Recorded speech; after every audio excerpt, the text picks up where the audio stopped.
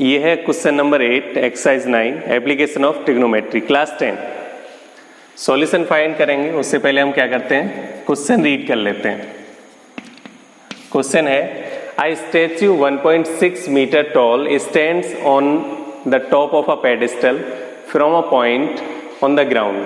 Angle of elevation of the top of the statue is 60 degree and from the same point the angle of elevation of the top of a pedestal is 45 degree. Find the height of the pedestal. हमें pedestal की height find करनी है।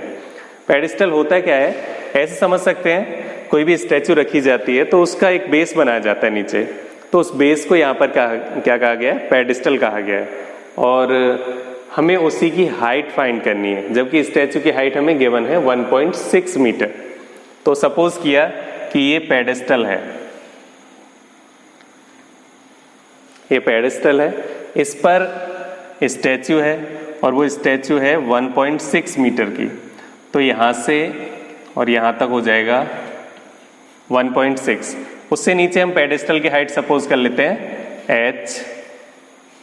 उसके बाद किसी point से देखा जा रहा है इसको, तो पॉइंट से देखने पर इसका बेस ज्वाइन कर दिया। एंगल ऑफ एलिवेशन, पेडेस्टल का जो एंगल ऑफ एलिवेशन है वो 45 डिग्री है। यहाँ पर लिखा हुआ है angle of elevation of the top of the pedestal, pedestal का टॉप ये है, इसका एंगल है 45 डिग्री। और उससे पहले लिखा हुआ था angle of elevation of the top of a statue is 60 degree. Statue के टॉप का जो एंगल बनेगा वो बनता है 60 डिग्री, तो ये जो कंप्लीट एंगल है वो बन जाएगा 60। इसको इस तरह से बना देते हैं, कंप्लीट एंगल 60 होगा और अंदर वाला ये जो छोटा एंगल है वो 45 डिग्री हो गया। इसका कुछ नाम दे देते हैं, A, B और B 90 डिग्री होगा, ये हुआ C और फिर ये हो जाता है D। तो इसका हम सॉल्यूशन फाइंड करेंगे।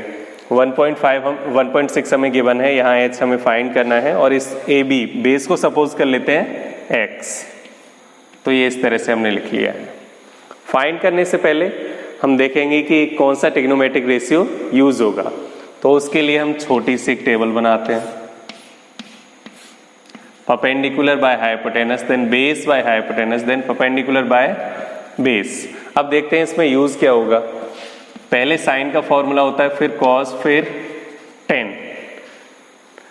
यहाँ परपेंडिकुलर हमें फाइंड करना है और बेस हमें बेस भी मतलब परपेंडिकुलर और बेस का यूज करना है, हमें सिंपल ये कहेंगे।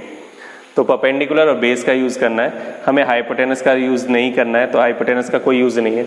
हाइपोटेनस का कोई यूज नहीं है तो ना तो साइन का यूज होगा ना ही कॉस का यूज होगा, फिर यूज किसका होगा, टेन का।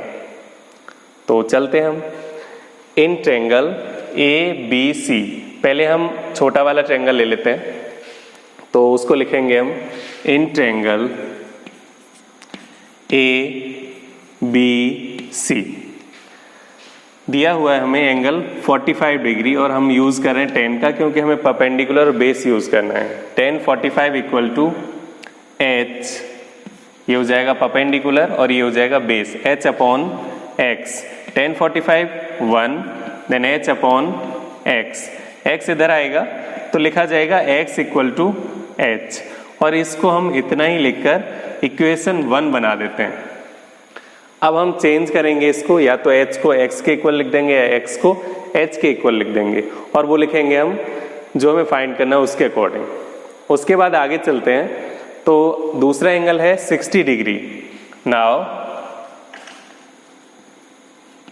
इन ट्रायंगल अभी ट्रायंगल है ABD, तो ये हो जाएगा ABD। ABD ट्रायंगल में अगर हम देखें तो 10 60 डिग्री, 60 डिग्री के लिए सॉल्व करेंगे। 10 60 इक्वल टू 1.6, ये कंप्लीट परपेंडिकुलर लिया जाएगा, तो कंप्लीट परपेंडिकुलर होगा 1.6 प्लस H, तो हम लिखेंगे 1.6 plus H divided by X। अब 10 60 की वैल्यू हमें पता होनी चाहिए। 10 60 की वैल्यू क्या है, ये है √3, तो हम लिखेंगे √3 इक्वल टू 1.6 प्लस h। हमें वैल्यू पुट करनी थी h की या फिर x की। वो कैसे देखा जाएगा कि हमें फाइंड करना है हाइट, तो हम हाइट को वैसा का वैसा ही रहने देंगे और जो हमें फाइंड नहीं करना है उस वेरिएबल को हम चेंज करेंगे। तो हमें x की जरूरत नहीं है, इसलिए x को हमने चेंज कर दिया। किस में चेंज करेंगे?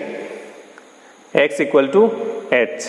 तो हम x की वैल्यू पुट करेंगे यहाँ पर h, फिर इस h को इधर ले आएंगे, मल्टीप्लाई हो जाएगा √3h equal to 1.6 plus h। आगे सॉल्व करने के लिए हमें क्या करना है, h वाली जो टर्म्स हैं उनको हम एक साइड में कर लेते हैं। तो ये हो जाएगा √3h minus h equal to right side में बचेगा 1.6। उसके बाद हमें क्या करना है, यहाँ से h कॉमन लेना है। h कॉमन लिया तो रह जाएगा √3 माइनस 1 इक्वल टू 1.6। इसके बाद ये जो √3 माइनस 1 का h में मल्टीप्लाई हो रहा है उसको हम राइट साइड में लेकर जाएंगे। तो यहाँ पर लिखेंगे h इक्वल टू 1.6, यहाँ पर मल्टीप्लाई हो रहा था तो इस साइड में जाके ये पूरा ब्रैकेट डिवाइड हो जाएगा √3 माइनस 1। इसको सॉल्व करने के लिए अब हमें करना पड़ेगा रेशनलाइजेशन, क्योंकि रूट नीचे आ चुका है। तो रेशनलाइज करेंगे यहाँ पर, तो मैं इसको इरेज कर देता हूँ यहाँ से। तब एक बार लिख लेते हैं